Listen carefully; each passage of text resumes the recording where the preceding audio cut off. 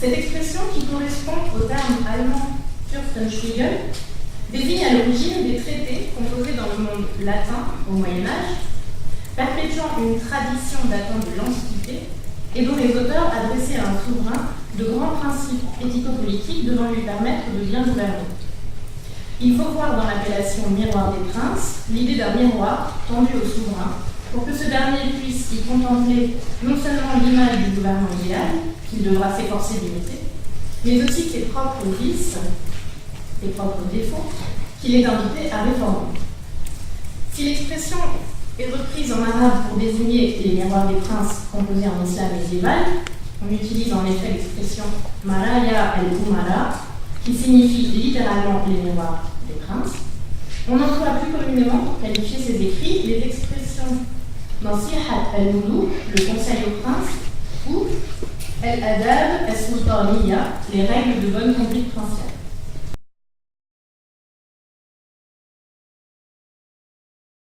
Ce genre a vu le jour en Orient, dans les chancelleries omeyyades, au début du 8e siècle. Je parle des miroirs des princes islamiques. Les premiers auteurs de miroirs furent des secrétaires d'État, que l'on appelle en arabe kuttab, qui composèrent à l'attention du calife ou de son dauphin des manuels de bon gouvernement. Parallèlement se développait l'écriture d'ouvrages de conseils destinés aux fonctionnaires de l'Empire et particulièrement aux secrétaires d'État, afin que ces derniers excellent dans leurs fonctions. On compte aussi parmi les auteurs de Miroirs des princes des hommes de lettres, ou d'abord, en arabe, des jurisconsultes, fuqaha, ou bien encore des souverains eux-mêmes adressant leur testament politique à leurs successeurs, ce qui est d'ailleurs le cas pour l'ouvrage que j'étudie dans le cadre de ma thèse. Ces ouvrages sont donc adressés pour la plupart d'entre eux à un gouvernement, qu'il s'agisse du calife, d'un prince, qui sera amené plus tard à exercer le pouvoir, d'un sultan, d'un vizir ou encore d'un gouverneur de province. Mais ils ne sont pas exclusivement adressés aux détenteurs du pouvoir. Leurs destinataires peuvent également faire partie de l'entourage du souverain.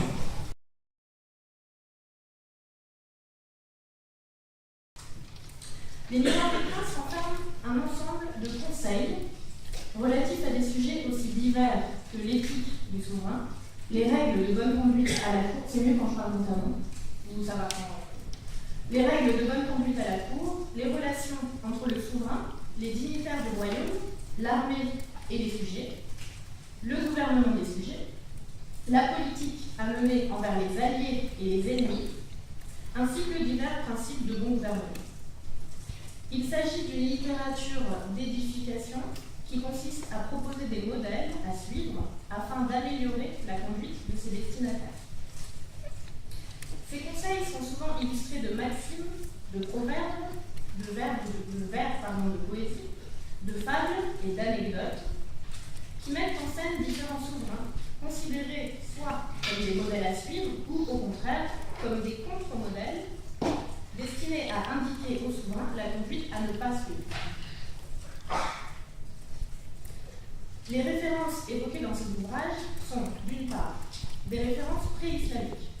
On trouve de nombreuses anecdotes qui mettent en scène les souverains sassanides comme Ardeshir ou Anushirwan, des références également à Platon, Aristote, Alexandre le Grand, sans oublier Pharaon, ainsi que d'autres rois pré-islamiques. À ces figures pré-islamiques viennent s'ajouter des références puisées dans la tradition islamique. On rencontre au fil des pages des citations du Coran, des hadiths, des traditions relatives au prophète de l'islam, et des anecdotes mettant en scène des califes musulmans, des sultans de diverses époques, des vizirs, etc. Enfin, notons que ce genre, qui a perduré pendant des siècles en Orient comme en Occident musulman, a été composé aussi bien en arabe qu'en persan ou en turc. En contrepartie du pouvoir qui lui a été confié par Dieu, le souverain a le devoir de faire régner la justice, l'ordre et la loi sur terre.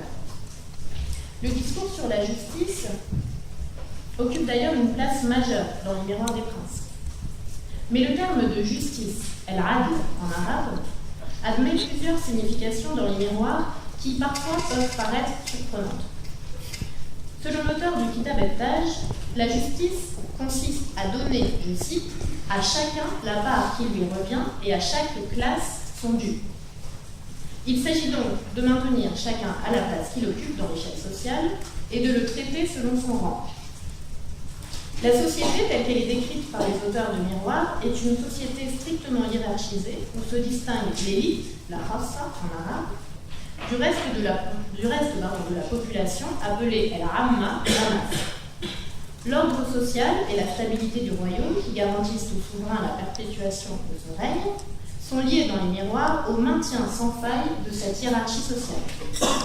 Chacun doit rester à sa place, et les gens considérés de viles conditions ne doivent pas s'immiscer dans l'entourage du souverain, sous peine de perturber le bon fonctionnement du royaume. N'oublions pas que cette littérature est écrite par les membres de l'élite et pour les membres de l'élite. Ils trouvent donc eux aussi un certain intérêt à ce que la société reste figée et que les roturiers ne viennent pas perturber l'ordre établi qui leur est largement favorable. D'autre part, la justice du souverain réside également dans le rôle qui lui est attribué, celui de protéger les faibles contre les forts et de rendre lui-même la justice. S'il n'en a pas les compétences, il peut déléguer ce pouvoir au cadi, au juge, mais il conserve malgré tout le droit de pouvoir condamner à mort ou de gracier un condamné. Il lui est également fortement recommandé de consacrer une séance ou deux par semaine à entendre les plaintes de ses sujets, qui sont censés pouvoir venir lui adresser directement leurs doléances. Une des anecdotes célèbres et reprises dans différents miroirs met en scène le calife abbasside El-Mahmoud, qui a régné de 813 à 833, recevant dans son conseil des plaintes une vieille femme veuve. Celle-ci vient se plaindre des exactions commises par le propre fils du calife. Après avoir écouté les arguments de la vieille femme, le calife tranche en sa faveur contre son propre fils et devient donc un modèle de justice par excellence en remplissant son devoir de protéger les faibles contre les exactions des forts.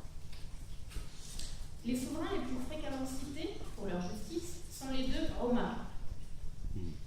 Omar ibn al-Khattab, l'un des 4 califes appelés bien guidés qui ont succédé au prophète, et lui il a régné de 634 à 644, et le calife Omeyyade, le deuxième Omar ibn Abd al-Aziz, qui a régné lui de 717 à 720.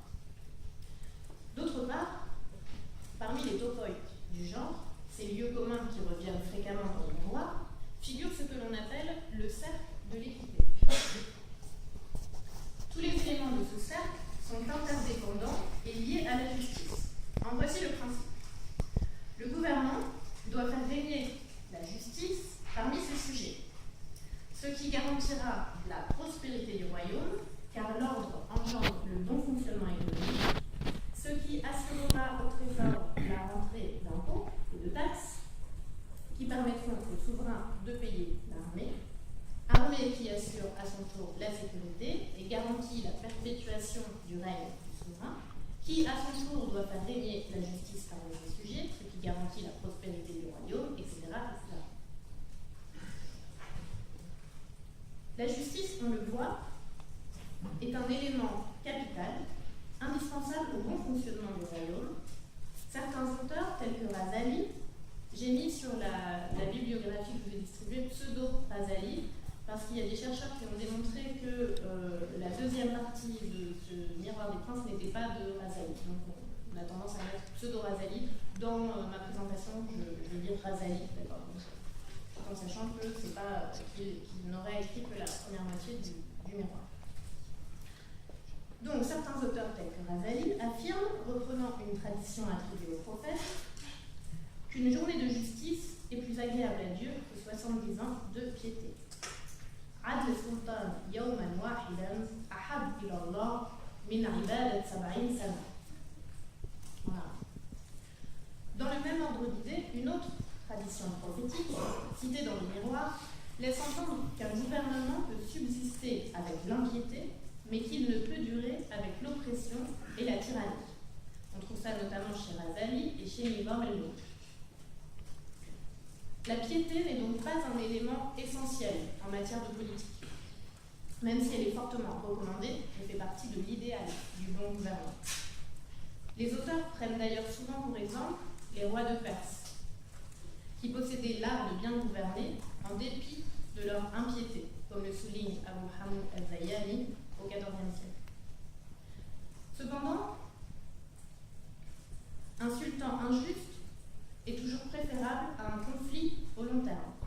Pour Sultan Daloum, khayr min fitnat al-qalb, affirme Abu Hamid al-Zayyani. C'est-à-dire que l'ordre est préférable au désordre, quand bien même le gouvernant oppresserait ses sujets.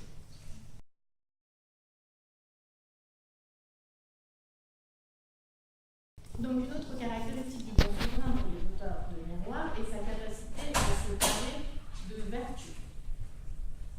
Les manuels de bon gouvernement consacrent de nombreuses pages à l'éthique du souverain. Il lui est recommandé d'user de sa raison, al-aql en arabe, et de sa réflexion pour réfréner ses vices et ses passions. Je pourrais remettre après si vous voulez. La conception de la vertu chez les auteurs de miroir est largement inspirée de celle d'Aristote, que l'on trouve notamment dans l'Éthique à Nicomède. La vertu, al-fadila en arabe, est considérée comme étant un juste milieu, tawasut, entre deux extrêmes. Il en est ainsi du courage, juste milieu entre la lâcheté d'un côté et l'impétuosité suicidaire si on veut de l'autre, ou de la générosité, juste milieu entre l'avarice d'une part et la prodigalité excessive de l'autre.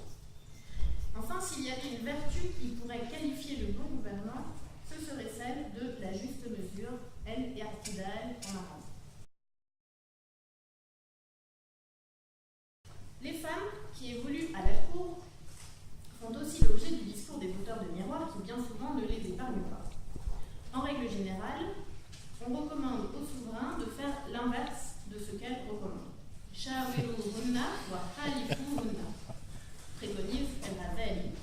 Autrement dit, consultez-les et faites le contraire de ce qu'elles vous confient. Les auteurs considèrent en effet qu'elles ont une raison déficiente, aql naqis en arabe, et qu'elles parlent ou agissent sous l'emprise de leur passion, sans prendre en compte l'intérêt du souverain ou du royaume. Une anecdote que l'on trouve chez Ghazali vient illustrer ses propos. Elle met en scène un roi sassanide et sa femme. Ce roi, nous dit-il, aime manger du poisson. Et un jour, un pêcheur lui offre un gros poisson très appétissant. Pour le récompenser, le roi lui offre 4000 dirhams. Sa femme lui fait remarquer que cette somme est trop élevée et que s'il donne 4000 dirhams à un pêcheur, il devra donner bien davantage à ses petits gens. Afin de récupérer cet argent, elle lui enseigne une ruse. Le roi devra demander au pêcheur si le poisson est un mâle ou une femelle. Si le pêcheur affirme qu'il s'agit d'un mâle, il devra dire qu'il voulait une femelle et lui rendre le poisson, et vice-versa. Mais le pêcheur, qui est un homme avisé, répond que le poisson n'est ni mâle ni femelle. Amusé par sa réponse, le roi lui donne 4000 dirhams supplémentaires. En sortant du balai, le pêcheur laisse tomber un dirham par terre et se penche pour le ramasser avec son sac chargé de dirhams sur le dos. La reine s'en offusque en disant qu'il aurait pu laisser ce dirham à un serviteur du balai. Le roi, qui suit toujours l'avis de sa femme, le reproche au pêcheur qui se défend en disant que sur une face de la pièce figure le nom du roi et que sur l'autre figure son effigie et qu'il ne voulait pas que quelqu'un mette le pied dessus. De nouveau séduit par son sens de la répartie, le roi lui donne 4000 autres dirhams et fait dire à la population, par l'intermédiaire d'un crieur public, de ne jamais écouter les conseils des femmes, car au lieu de perdre un dirham, on en perd deux. Mais on trouve aussi dans les miroirs des figures féminines un peu plus positives. Il s'agit la plupart du temps de la femme pieuse et rédemptrice, qui, par sa foi et sa vertu, remet sur le bon chemin les hommes qui désobéissent à Dieu. Abu Hamid al-Zayyani rapporte l'anecdote de la sœur d'un roi turc qui vient conseiller son frère alors que la population subit la famine. Dans son sermon, elle exhorte ses sujets à la piété et à la reconnaissance envers les bienfaits divins afin que Dieu les épargne. Son frère, séduit par son discours, lui confie le pouvoir et demande à ses sujets de lui obéir. Celle-ci, grâce à son sermon, parvient à remettre les sujets dans le droit chemin et à rétablir la prospérité du royaume. Notons par ailleurs que le souverain est invité, notamment chez Razali, à choisir une femme non pas pour sa beauté ou pour sa fortune, mais pour sa piété. Le mariage d'un prince est donc forcément un mariage de raison. D'autre part, certains ouvrages, comme le Kitab et-Taj, qui a été composé au IXe siècle, insistent particulièrement sur l'étiquette et les règles de conduite à la cour. L'entrée en présence du souverain, la façon de s'adresser à lui, de partager son repas, sont des actes strictement codifiés. Cette codification devant souligner la splendeur du souverain et sa supériorité sur les courtisans qui l'entourent. Prenons l'exemple du repas partagé avec le souverain. L'auteur affirme que l'on n'est pas invité à la table du souverain pour se remplir le ventre, mais pour l'honneur qui nous est donné de faire partie de ses convives. On voit dans les nombreuses anecdotes qui illustrent les propos de l'auteur, des invités à la table du calife qui, en sa présence, feignent de ne pas avoir faim, mais qui attendent de se soustraire à ses regards pour se jeter sur les plats, tous plus appétissants les uns que les autres. Faire preuve de retenue à la table du calife, enchaîne l'auteur, et faire preuve de bonne éducation, cela signifie que l'on connaît les usages. Il est évident que les auteurs de Miroir ont essayé par leurs écrits de juguler le pouvoir du souverain, de mettre quelques bornes à son pouvoir, en entretenant à leur tour la crainte d'un châtiment ou la promesse d'une récompense, le fameux Talrib et Talrib, non pas ici-bas, mais dans l'au-delà, lors du jugement dernier. Les gouvernants auront en effet des comptes à rendre sur la manière avec laquelle ils ont exercé le pouvoir que Dieu leur a confié, affirment les auteurs de Miroir des Princes. El-Razali, rapportant une parole attribuée au prophète, écrit ainsi, je cite, « Au jour de la résurrection, tous ceux à qui on aura accordé l'autorité seront conduits enchaînés jusqu'au cou. S'ils ont été justes, ils seront remis en liberté. En cas contraire, des chaînes supplémentaires leur seront ajoutées. » Il ajoute que ces gouvernants injustes iront remplir les angles de l'enfer. On trouve à peu près la même chose chez Nizam el-Mulk, qui rappelle que ceux qui ont eu le pouvoir comparaîtront devant Dieu, les mains attachées derrière le cou, et que s'ils ont commis des actes tyranniques, ils seront jetés en enfer. Citons pour terminer une anecdote mettant en scène le parangon du souverain juif, Omar ibn al-Khattab. Celui-ci, qui a promis à son fils Abdallah de venir le voir en songe quelques nuits après sa mort, ne lui apparaît finalement que 12 ans plus tard. À son fils, qui lui demande des